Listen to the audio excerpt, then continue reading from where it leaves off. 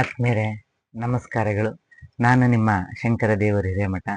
ಮಕ್ಕಳ ಸಾಹಿತ್ಯ ಕೃತಿಗಳ ಪರಿಚಯ ಸರಣಿ ಕಾರ್ಯಕ್ರಮಕ್ಕೆ ತಮ್ಮೆಲ್ಲರಿಗೂ ಸಹ ಪ್ರೀತಿಪೂರ್ವಕವಾದ ಸ್ವಾಗತವನ್ನು ಬಯಸ್ತಾ, ಯೂಟ್ಯೂಬ್ ಚಾನಲನ್ನು ಸಬ್ಸ್ಕ್ರೈಬ್ ಮಾಡುವ ಮೂಲಕ ಹಾಗೂ ವಿಡಿಯೋವನ್ನು ಹೆಚ್ಚಿನ ಸಂಖ್ಯೆಯಲ್ಲಿ ಶೇರ್ ಮಾಡುವ ಮೂಲಕ ಮಕ್ಕಳ ಸಾಹಿತ್ಯ ಚಟುವಟಿಕೆಗಳನ್ನು ಪ್ರೋತ್ಸಾಹಿಸಬೇಕಂತ ತಮ್ಮಲ್ಲಿ ವಿನಂತಿಯನ್ನು ಮಾಡುತ್ತಾ, ಈ ಆಗಸ್ಟ್ ತಿಂಗಳಿನಲ್ಲಿ ರಾಷ್ಟ್ರದ ಸ್ವಾತಂತ್ರ್ಯ ಹೋರಾಟಕ್ಕಾಗಿ ಶ್ರಮಿಸಿದಂಥ ವೀರ ಮಹನೀಯರ ಅನ್ನ ಸ್ಮರಿಸುವ ನಿಟ್ಟಿನಲ್ಲಿ ವೀರ ಮಹನೀಯರಿಗೆ ಗೌರವಪೂರ್ವಕ ನಮನವನ್ನು ಸಲ್ಲಿಸುವಂಥ ಸರಣಿ ಮಾಲಿಕೆಯನ್ನು ಮಾಡ್ತಾ ಇದ್ದೇನೆ.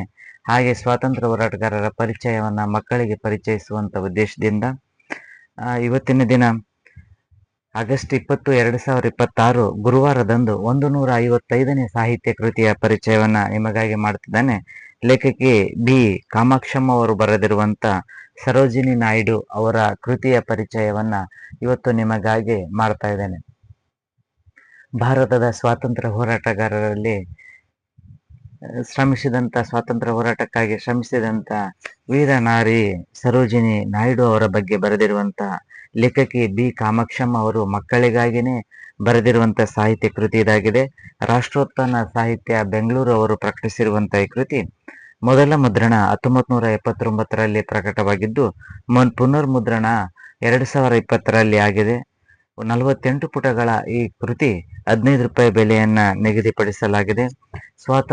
ಭಾರತದ ಸ್ವಾತಂತ್ರ್ಯ ಸಂಗ್ರಾಮದಲ್ಲಿ ಹಲವಾರು ವೀರ ಮಹನೀಯರು, ಮಹಿಳೆಯರು ಹೋರಾಟದಲ್ಲಿ ಭಾಗವಹಿಸಿ ಸೆರೆಮನೆಯ ವಾಸವನ್ನ ಅನುಭವಿಸಿದರು. ಎಷ್ಟೇ ಕಷ್ಟಗಳು, ಅವಮಾನಗಳು ಸಂಭವಿಸಿದರೂ ಸಹ ಅವರು ಸ್ವಾತಂತ್ರ್ಯ ಹೋರಾಟದ ಒಂದು ಪ್ರಕ್ರಿಯೆಯಿಂದ ಹಿಂದೆ ಸರಿಯುವುದಿಲ್ಲ. ಅಂತ ವೀರ ನಾರಿಯರ ಹೆಜ್ಜೆ ಹೆಜ್ಜೆಯ ಬೆಳಕು, ಅವರ ಆದರ್ಶಗಳು ನಮಗೆಲ್ಲ ಪ್ರೇರಣೆದಾಯಕ. ಅಂತಹ ವೀರ ನಾರಿ ಸರೋಜಿನಿ ನಾಯ್ಡು ಅವರ ಕುರಿತಾಗಿರುವಂತಹ ಒಂದು ಸಂಕ್ಷಿಪ್ತ ಪರಿಚಯದ ಕೃತಿ ಇದಾಗಿದೆ. ಒಮ್ಮೆ ಬ್ರಿಟಿಷ್ ಸರ್ಕಾರ ಮಹಿಳೆಯರನ್ನ ಸೆರೆಮನೆಗೆ ಹಾಕಿರುತ್ತಾ, ಆಗ ಸೆರೆಮನೆಯಿಂದ ಬಿಡುಗಡೆ ಆಗುವಂತ ದಿನ ಬಂದಾಗ 1 ವಾರ ಇನ್ನೂ ಹೆಚ್ಚಿನ ಕಾಲ ನಾನು ಇಲ್ಲಿ ಇರ್ತೀನಿ ಅಂತ ಹೇಳ್ತಾರೆ. ಅವಾಗ ಬ್ರಿಟಿಷ್ ಅಧಿಕಾರಿಗಳಿಗೆ ಆಶ್ಚರ್ಯ ಆಗುತ್ತೆ. ಕಾರಣ ಕೇಳಿದಾಗ, ಇಲ್ಲ, ನಾನು ಜೈಲಿನ ಕೊಠಡಿ ಖಾಲಿ ಜಾಗದಲ್ಲಿ ಹೂವಿನ ಬೀಜಗಳನ್ನ ಹಾಕಿದ್ದೇನೆ, ಇನ್ನೇನು ಸಸ್ಯ ಆಗಿದಾವ, ಇನ್ನು ಸ್ವಲ್ಪ 1 ವಾರದಲ್ಲಿ ಬೆಳಿತಾವದನ್ನು ನಾನು ನೋಡಿ ಹೋಗ್ತೀನಿ ಅನ್ನೋಂತಹ ಒಂದು ಪರಿಸರ ಪ್ರೇಮಿಯನ್ನ ಕೇಳಿ ಆಶ್ಚರ್ಯ ಆಗುತ್ತಾ. ಅಂತ ಪರಿಸರ ಪ್ರೇಮಿ ಸರೋಜಿನಿ ನಾಯ್ಡು ಅವರಾಗಿದ್ದಾರೆ. ಸರೋಜಿನಿ ನಾಯ್ಡು ಈ ದೇಶಕ್ಕಾಗಿ ಸೆರೆಮನೆಗೆ ಹೋಗುವಂಥದ್ದು, ಹೂವಿನ ಗಿಡಗಳನ್ನ ಸೆರೆಮನೆಯಲ್ಲಿ ಬೆಳೆಸುವಂಥದ್ದು, ಅದೇ ರೀತಿ ಸ್ವಚ್ಛಂದವಾದ ಗುಲಾಬಿ ಹೂಗಳನ್ನ ರೀತಿ ಪುಷ್ಪವನ್ನ ಪ್ರೀತಿಸುವಂತ ಪ್ರೇಮಿಯಾಗಿ ಸರೋಜಿನಿ ನಾಯ್ಡು ಅವರು ಪ್ರಸಿದ್ಧರು. ಇವರ ತಂದೆಯವರು ಸಂಸ್ಕೃತ ಪಂಡಿತರು ಹಾಗೂ ಶ್ರೀಮಂತರು ಆಗಿರುವಂತ ಹಗುರನಾಥ ಚಟ್ಟೋಪಾಧ್ಯಾಯ ಅವರು ವಿದ್ವಾಂಸರಾಗಿರುತ್ತಾರೆ. ಅವರ ತಂದೆಯಿಂದ ಪ್ರೇರಣೆ ಆಗಿರುವಂತ ಇವರು ಸಹ ಸಹಜವಾಗಿ ಓದಿನಲ್ಲಿ ಆಸಕ್ತಿಯನ್ನು ಹೊಂದುತ್ತಾರೆ.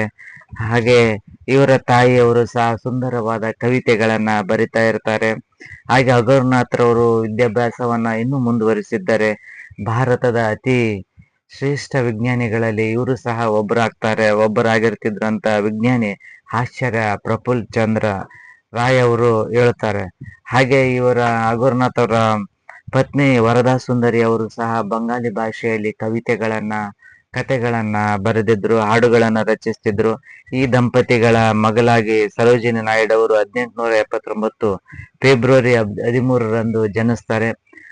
ಬಂಗಾಳದ ಬಹಳಷ್ಟು ಸ್ವಾತಂತ್ರ್ಯ ಹೋರಾಟಕ್ಕೆ ಹಲವಾರು ರಾಷ್ಟ್ರ ನಾಯಕರನ್ನ, ಹೋರಾಟಗಾರರನ್ನ ನೀಡಿದಂತ ಶ್ರೇಯಸ್ಸು ಬಂಗಾಳಕ್ಕೆ ಸಲ್ಲುತ್ತೆ.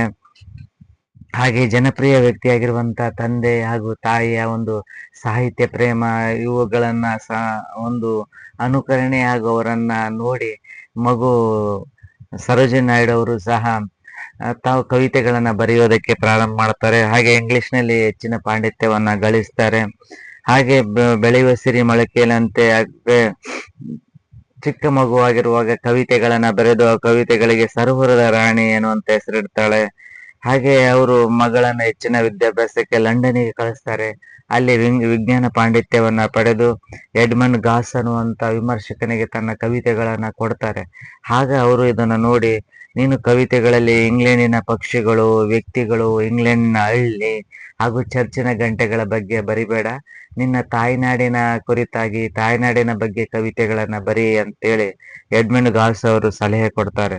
ತದನಂತರ ಸರೋಜಿನಿ ನಾಯ್ಡು ಅವರು ಭಾರತೀಯದ ಬಗ್ಗೆ, ಭಾರತದ ಸಂಸ್ಕೃತಿಯ ಬಗ್ಗೆ ಕವಿತೆಗಳನ್ನ ಬರೆಯೋದಕ್ಕೆ ಪ್ರಾರಂಭಿಸ್ತಾರೆ. ನಂತರ ಇವರು ಶ್ರೀಮಂತ ಮನೆತನದ ಡಾಕ್ಟರ್ ಗೋವಿಂದರಾಜುಲು ನಾಯ್ಡು ಅವರನ್ನ ಮದುವೆ ಆಗ್ತಾರೆ.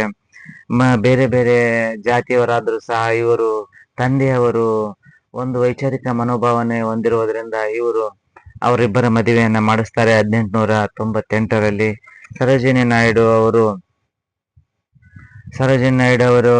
ಮುಂಬೈಗೆ ಹೋಗ್ತಾರೆ. ಮುಂಬೈಯಲ್ಲಿ ಇವರು ಚಿನ್ನದ ಹೊಸ್ತಿಲು ಅನ್ನುವಂತ ಒಂದು ಸುಂದರವಾದ ಭವ್ಯ ಮನೆಯನ್ನ ನಾಯ್ಡು ಅವರು ಖರೀದಿಸ್ತಾರೆ. ಆ ಮನೆಯಲ್ಲಿ ವಾಸಿಸ್ತಾರೆ.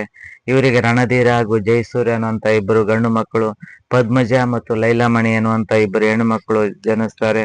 ಹಾಗೆ ಇವರು ಮಹಿಳೆಯರಿಗಾಗಿ ಒಂದು ಸಾರ್ವಜನಿಕ ಹೋರಾಟದಲ್ಲಿ ಜೀವನವನ್ನ ಪ್ರಾರಂಭಿಸ್ತಾರೆ. ಬಾಲ್ಯ ವಿವಾಹಗಳು, ಮಕ್ಕಳ ಅಜ್ಞಾನ, ಹೆಣ್ಣು ಮಕ್ಕಳ ಬಾಲ್ಯ ವಿವಾಹ, ಪರದಾ ಪದ್ಧತಿ, ವರದಕ್ಷಿಣೆ, ಕನ್ಯಾ ಶುಲ್ಕ ಮುಂತಾದ ಅನಿಷ್ಟ ಪದ್ಧತಿಗಳ ವಿರುದ್ಧ ಇವರು ತಮ್ಮ ಹೋರಾಟವನ್ನ ಪ್ರಾರಂಭಿಸ್ತಾರೆ. ಬಂಗಾಳದ ಗವರ್ನರ್ ಮಹಿಳೆಯರ ಬಗ್ಗೆ ಅಸಹ್ಯಕರವಾಗಿ ಮಾತಾಡಿದಾಗ ಅಂತಹ ಒಂದು ಮಾತಿನ ವಿರುದ್ಧ ಇವರು ಹೋರಾಟವನ್ನ ಮಾಡ್ತಾರೆ. ಪತ್ರಿಕೆಗಳಿಗೆ ಲೇಖನಗಳನ್ನ ಬರೀತಾರೆ. ಇನ್ನು ಗೋಪಾಲ್ ಕೃಷ್ಣ ಗೋಖಲೆ ಅವರು ಭಾರತದ ಹಿರಿಯ ನಾಯಕರಲ್ಲಿ ಒಬ್ಬರು. ಗಾಂಧೀಜಿಯು ಅವರಲ್ಲಿ ಬಗ್ಗೆ ಗೌರವ, ಅವರನ್ನ ಭೇಟಿ ಆಗ್ತಾರೆ. ಗಾಂಧೀಜಿಯವರನ್ನು ಭೇಟಿ ಆದ ನಂತರ 1914ರಲ್ಲಿ ಸರೋಜಿನಿ ಅವರು ರಾಯಲ್ ಸೊಸೈಟಿ ಆಫ್ ಲಿಟರೇಚರ್ನ ಸದಸ್ಯರಾಗಿ ಆಯ್ಕೆ ಆಗ್ತಾರೆ. ಆಗ ಲಂಡನ್ನಲ್ಲಿದ್ದಾಗಲೇ ಗಾಂಧೀಜಿಯವರನ್ನ ಇವರು ಭೇಟಿ ಆಗ್ತಾರೆ.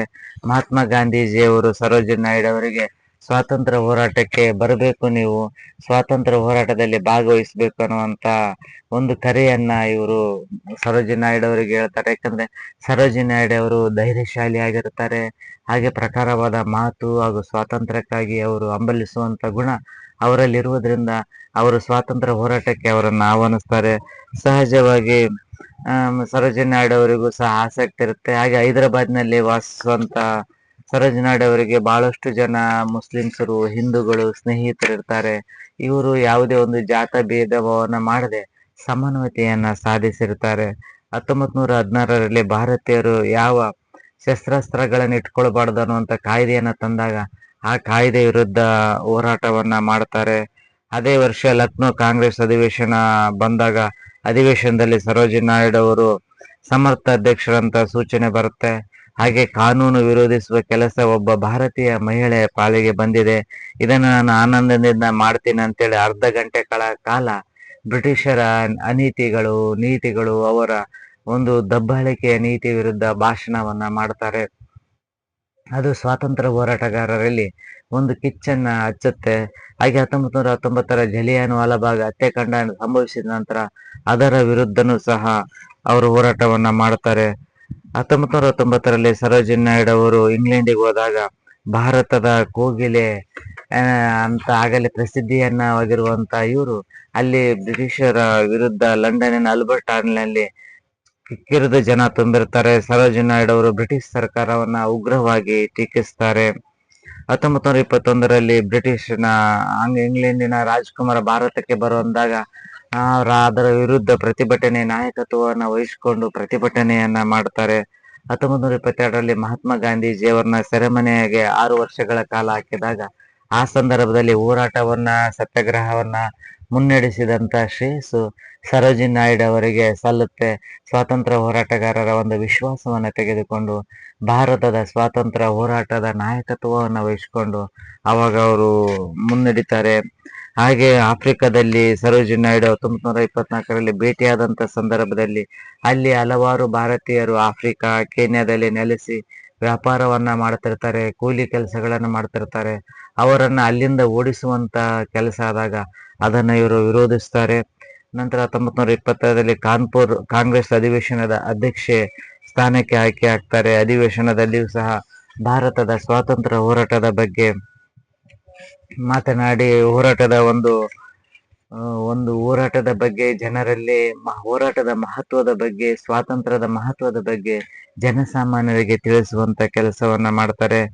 ಅಮೆರಿಕದ ಅಮೆರಿಕ ಮತ್ತು ಕೆನಡಾದಲ್ಲಿ ತಮ್ಮ ಪ್ರತಿನಿಧಿಯಾಗಿ ಕಳಿಸಿಕೊಡುವಂತ ಸಂದರ್ಭದಲ್ಲಿ ಮಹಾತ್ಮ ಗಾಂಧೀಜಿಯವರು 1928ರಲ್ಲಿ ಸರೋಜಿನಿ ನಾಯ್ಡು ಅವರನ್ನ ಕಳಿಸಿಕೊಡ್ತಾರೆ. ಮದರ್ ಇಂಡಿಯಾ ಎಂಬಂತ ಪುಸ್ತಕವನ್ನ ಆ ಸಂದರ್ಭದಲ್ಲಿ ಸರೋಜಿನಿ ನಾಯ್ಡು ಅವರು ಬರೀತಾರೆ. ಹಾಗೆ ಅವರು ಸಾಹಿತ್ಯದಲ್ಲಿ, ಹೋರಾಟದಲ್ಲಿ ಸಹ ಸಕ್ರಿಯವಾಗಿ ಭಾಗವಹಿಸ್ತಾರೆ. ಅಪಾರವಾದ ಅಗರ್ಭ ಶ್ರೀಮಂತರಾಗಿರ್ತಾರೆ ಸರೋಜಿನಿ ನಾಯ್ಡು ಅವರು. ತಾವು ಸುಖದ ಜೀವನವನ್ನ ಕಳೆಬಹುದಿತ್ತು, ಆದ್ರೆ ಅವರು ಆ ರೀತಿ ಮಾಡೋದಿಲ್ಲ. ತಾವೊಂದೇ ಸುಖವಾಗಿ ಸಂತೋಷದಿಂದ ಇದ್ರೆ ಸಾಲದು, ಇಡೀ ಭಾರತ ದೇಶನೂ ಸಹ ಸ್ವಾತಂತ್ರ್ಯವಾಗಿ, ಸುಖವಾಗಿ, ಸಮೃದ್ಧಿಯಿಂದ ಜೀವನ ನಡೆಸುವಂತಾಗಬೇಕು. ಆ ರೀತಿ ಆಗ್ಬೇಕಾದ್ರೆ ಭಾರತ ಬ್ರಿಟಿಷರ ಕಪಿಮುಷ್ಟಿಯಿಂದ ಬಂಧ ಮುಕ್ತವಾಗಿ ಸ್ವಾತಂತ್ರ್ಯ ಆಗ್ಬೇಕನ್ನುವಂತ ಆಶಯದೊಂದಿಗೆ ಅವರು ಸರಳವಾಗಿ ಜೀವನವನ್ನ ಸಾಗಿಸ್ತಾ ಇದ್ರು. ತಮ್ಮ ಭಾಷಣದ ಉದ್ದಕ್ಕೂ ಭಾರತದ ಸ್ವಾತಂತ್ರ್ಯದ ಮಹತ್ವ, ಬ್ರಿಟಿಷರ ದೌರ್ಜನ್ಯ, ಜಲಿಯನ್ ವಾಲಾಬಾಗ್ ಹತ್ಯಾಕಾಂಡ, ಅವರು ಮಾಡುವಂತ ನೀತಿ ನಿಯಮಗಳು, ಅವರು ಮಾಡುವಂತ ಜಾತಿ ಭೇದ ಹಾಗೂ ಹಿಂದೂ ಮುಸ್ಲಿಮರ ನಡುವೆ ಅವರು ತಂದಿಡುವಂತಹ ಕುತಂತ್ರ ಬುದ್ಧಿ, ಈ ರೀತಿಯ ವಿಷಯಗಳನ್ನು ಅವರು ಪ್ರಸ್ತಾಪಿಸ್ತಾ ಭಾರತದ ಸ್ವಾತಂತ್ರ್ಯ ಹೋರಾಟದ ಅವಶ್ಯಕತೆಯನ್ನ ತಿಳಿಸ್ತಾ ಇದ್ದರು. 1930ರಲ್ಲಿ ಗಾಂಧೀಜಿಯ ಸ್ವಾತಂತ್ರ್ಯ ಹೋರಾಟದಲ್ಲಿ ಅವರು ಸಹ ಸಕ್ರಿಯವಾಗಿ ಭಾಗವಹಿಸ್ತಾರೆ. ದಂಡಿ ಸತ್ಯಾಗ್ರಹ, ಚಳುವಳಿಯಲ್ಲಿಯೂ ಸಹ ಭಾಗವಹಿಸಿ, ಉಪ್ಪಿನ ಸತ್ಯಾಗ್ರಹದಲ್ಲಿ ಭಾಗವಹಿಸಿ ಉಪ್ಪನ್ನ ತಯಾರಿಸ್ತಾರೆ. ಹಾಗೆ ಸರೋಜಿನಿ ನಾಯ್ಡು ಅವರು ಹಿಂಬಾಲಕರನ್ನ 1930 ಮೇ 16ರಂದು ಮತ್ತೆ ಅವರನ್ನ ಸೆರೆಮನೆಗೆ ಹಾಕ್ತಾರೆ. ಸೆರೆಮನೆಯಲ್ಲಿ ಹಾಕಿದಾಗ ಸಹ ಸರೋಜಿನಿ ನಾಯ್ಡು ಅವರು ಬೇಜಾರಾಗೋದಿಲ್ಲ. ಅತ್ಯಂತ ಶ್ರೀಮಂತ ಮನೆತನದ ಮಹಿಳೆ ಆಗಿರುವಂತ ಇವರು ಸೆರೆಮನೆಯಲ್ಲಿ ಹಾಕಿದಾಗ ಅವಮಾನಗಳನ್ನ ಅವರು ಎದುರಿಸಬೇಕಾಗುತ್ತೆ ಬ್ರಿಟಿಷ್ ಅಧಿಕಾರಿಗಳಿಂದ. ಆದ್ರೂ ಅವರು ಅವುಗಳನ್ನೆಲ್ಲ ನುಂಗಿಕೊಂಡು ಸ್ವಾತಂತ್ರ್ಯ ಹೋರಾಟದಿಂದ ವಿಮುಖ ಆಗದೆ ಸ್ವಾತಂತ್ರ್ಯ ಹೋರಾಟದಲ್ಲಿ ಮುಂದುವರಿತಾರೆ. ಆ ಮೂಲಕ ಭಾರತದ ಸ್ವಾತಂತ್ರ್ಯ ಹೋರಾಟದ ಕನಸನ್ನ ನನಸು ಮಾಡ್ತಾರೆ. 1947 ಮಾರ್ಚ್ನಲ್ಲಿ ಅವರಿಗೆ ಬಹುತೇಕ ಭಾರತಕ್ಕೆ ಸ್ವಾತಂತ್ರ್ಯ ಸಿಗುವುದು ಖಚಿತವಾಗುತ್ತೆ. ಆ ಸಂದರ್ಭದಲ್ಲಿ ಅಖಂಡ ಭಾರತದ ಸ್ವಾತಂತ್ರ್ಯವನ್ನ ಕಂಡಿರಂತ ಸರೋಜಿನಿ ನಾಯ್ಡು ಅವರಿಗೆ ಭಾರತ ತುಂಡಾಗಿದ್ದು, ಪಾಕಿಸ್ತಾನ ಭಾರತ ಅಂತ ವಿಭಾಗವಾಗಿದ್ದು ಅವರಿಗೆ ಬಹಳಷ್ಟು ದುಃಖ ಆಗುತ್ತೆ. ಆದರೂ ಆ ಸಂದರ್ಭದಲ್ಲಿ ಭಾರತ ಸ್ವಾತಂತ್ರ್ಯ ಆಗಿದ್ದಕ್ಕೆ ಮತ್ತೆ ಸಂಭ್ರಮಿಸ್ತಾರೆ. ನಂತರ 1948 ಜನವರಿ 30ರಂದು ಗಾಂಧೀಜಿಯವರ ಹತ್ಯೆ ಆಗುತ್ತೆ. ಆ ಘಟನೆ ಅವರಿಗೆ ತುಂಬಾ ಮನಸ್ಸಿಗೆ ದುಃಖ ಆಗುತ್ತೆ. ಯಾಕಂದ್ರೆ ರಾಜಕೀಯ ಗುರುವಾಗಿ ಮಹಾತ್ಮ ಗಾಂಧೀಜಿಯವರನ್ನ ತುಂಬಾ ಗೌರವದಿಂದ ನೋಡುವ ವ್ಯಕ್ತಿಯಾಗಿರುವಂತ ಸರೋಜಿನಿ ನಾಯ್ಡು ಅವರಿಗೆ ಈ ಘಟನೆ ತುಂಬಾ ಮನಸ್ಸಿಗೆ ಬೇಜಾರನ್ನ ತರಿಸುತ್ತೆ. ಮುಂದೆ ಅವರು 1949 ಫೆಬ್ರವರಿಯಂದು ಅವರ ಆರೋಗ್ಯ ತೀರಾ ಹದಗೆಡುತ್ತೆ. ಹೋರಾಟ ಹಾಗೂ ಸತತ ಸ್ವಾತಂತ್ರ್ಯದ ಬಗ್ಗೆ, ಸೆರೆಮನೆ ವಾಸ, ಈ ಎಲ್ಲ ಕಾರಣಗಳಿಂದಾಗಿ ಅವರ ಆರೋಗ್ಯ ಸ್ಥಿತಿ ದಿನದಿಂದ ದಿನಕ್ಕೆ ಚಿಂತಾಜನಕವಾಗುತ್ತಾ ಹೋಗುತ್ತೆ. ಮಾರ್ಚ್ 1, 1949ರಂದು ಅವರು ದೇಹ ತ್ಯಾಗವನ್ನ ಮಾಡ್ತಾರೆ. ಆಗ ಅವರಿಗೆ 70 ವರ್ಷಗಳಾಗಿತ್ತು. ಶ್ರೀಮಂತ ಕುಟುಂಬದಲ್ಲಿ ಜನಿಸಿ ಭಾರತದ ಸ್ವಾತಂತ್ರ್ಯ ಹೋರಾಟಕ್ಕೆ ಧುಮುಕಿ ಹೋರಾಟದಲ್ಲಿ ಯಶಸ್ವಿಯಾಗಿ ಭಾಗವಹಿಸುವ ಹೋರಾಟದ ಮೂಲಕ ಸ್ವಾತಂತ್ರ್ಯವನ್ನು ತಂದುಕೊಟ್ಟಂತ ಸರೋಜಿನಿ ನಾಯ್ಡು ಅವರ ಇಂತಹ ಕೃತಿಗಳನ್ನ ಮಕ್ಕಳು ಓದಬೇಕು. ಹಾಗೂ ಮಕ್ಕಳಿಗಿಂತ ಸಾಹಿತ್ಯ ಕೃತಿಗಳನ್ನ ಉಡುಗೊರೆಯಾಗಿ ನೀಡುವ ಮೂಲಕ ಅವರಲ್ಲಿ ಒಂದು ಓದುವ ಅಭಿರುಚಿಯನ್ನ ಬೆಳೆಸಬೇಕು. ಆ ಮೂಲಕ ಮಕ್ಕಳಲ್ಲಿ ಓದುವ ಅಭಿರುಚಿ ಹಾಗೂ ರಾಷ್ಟ್ರ ಪ್ರೇಮ ಬೆಳೆಯಕ್ಕೆ ಸಹಾಯಕವಾಗುವಂತ ಇಂಥ ಕೃತಿಗಳು ವಿದ್ಯಾರ್ಥಿಗಳ ಕೈಗೆ ಮುಟ್ಟುವಂತ ಕೆಲಸ ಆಗಬೇಕು ಅಂತ ಹೇಳ್ತಾ, ಇವತ್ತಿನ ದಿನ 155ನೇ ಸಾಹಿತ್ಯ ಕೃತಿಯ ಪರಿಚಯದೊಂದಿಗೆ ಇಂದಿನ ಪುಸ್ತಕ ಪರಿಚಯವನ್ನು ಮುಗಿಸ್ತಾ ಇದ್ದೇನೆ. ನಾಳೆ ದಿನ ಮತ್ತೊಂದು ಸಾಹಿತ್ಯ ಕೃತಿಯ ಪರಿಚಯದೊಂದಿಗೆ ನಿಮ್ಮನ್ನು ಹಾಜರಾಗ್ತೇನೆ. ಅಲ್ಲಿವರೆಗೂ ಧನ್ಯವಾದಗಳು.